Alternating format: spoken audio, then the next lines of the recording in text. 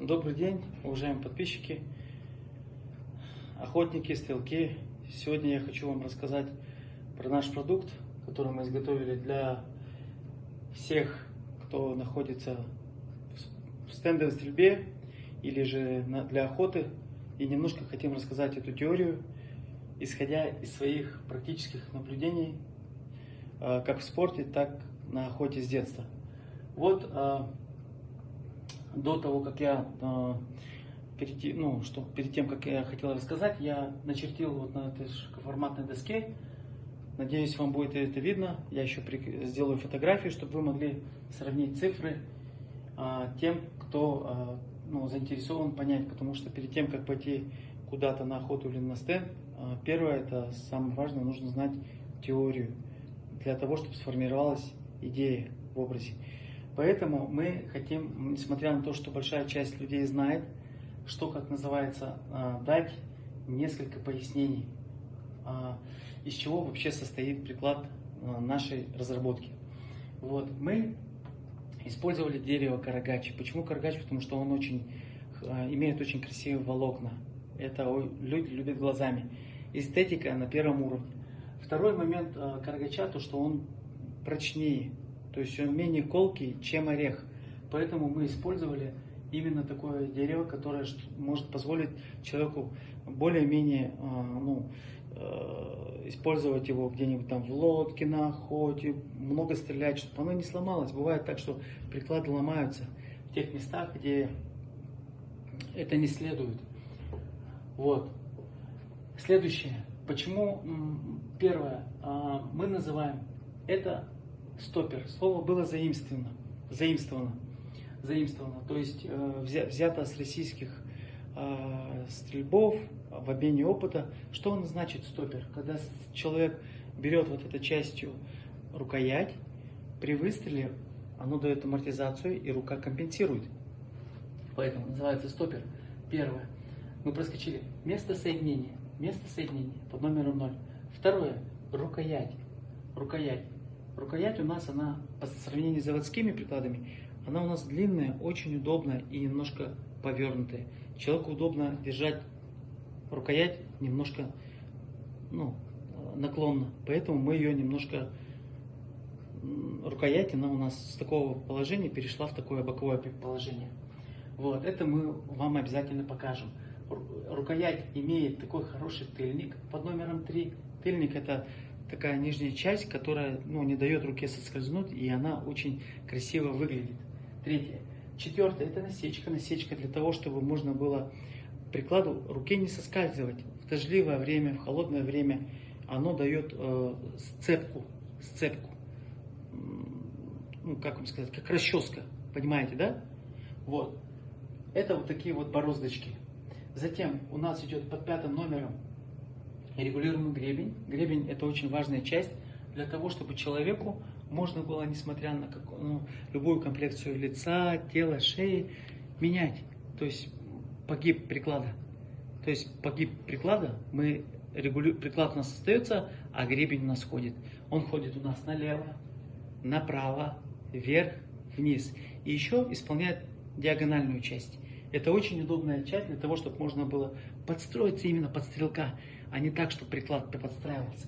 Шестое, это у нас сама лопата. Мы ее назвали лопата, потому что как это лопата, как инструмент орудия труда, но в данная часть она как бы удлиняет приклад. Но мы назвали ее лопатой. Седьмое, Монте-Карло. Слово заимствовано с мировых ружей российских стрелков. Часть вот этой линии, вот этого ската называется Монте-Карло. Для чего он нужен? Для того, чтобы можно было часть затыльника, чтобы она у нас не вылазила. А чтобы шея длинная, поэтому за счет того, что шея длинная, надо, чтобы приклад немножко сошел вниз. Вот на эту искривленную линию в теле. Эту линию я нарисовал здесь. Вот.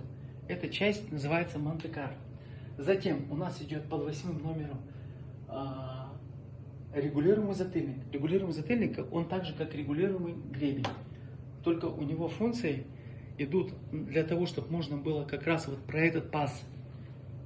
Если у человека он идет вот кривой, то у нас затыльник идет тоже криво. Понимаете, мы можем его регулировать. Он у нас идет вверх, вниз, влево, вправо. 11 часов, там, час, да? То есть менять положение. Мы сделали вот так, чтобы он, ну, подыграл гибко под любое тело человека. Затем у нас идет под 9 номером резина-амортизатор. Резина-амортизатор выбрана не такая резина, как галоши, а именно, ну, я назову, знаете, как она называется? Вот не ее, как бы, ну, таким терминологией. Она такая мягкая резина, да, резина такая, которая не мерзнет. Именно американцы придумали такую резину для того, чтобы отдача максимально амортизировалась. Эта резина, она прочная, очень хорошо амортизирует, она очень чувствительная, вот это слово правильно подобранное. Под 9 номером резина-амортизатор. 10 масло делюкс. То есть это не какая-то краска, а масло, которое пропитывается для того, чтобы отталкивать воду. И она смотрится бронзой. Очень красивый эффект. Если покрыть какой-то эмалью, то это будет лак. А лак, он, ну, скалывается, и это, ну, недовольно практично. А масло, если какая-то появилась трещина, допустим, ну, скажем, какая-нибудь царапина, вы можете ее чуть-чуть сошкурить сами и опять маслом же также ее покрыть.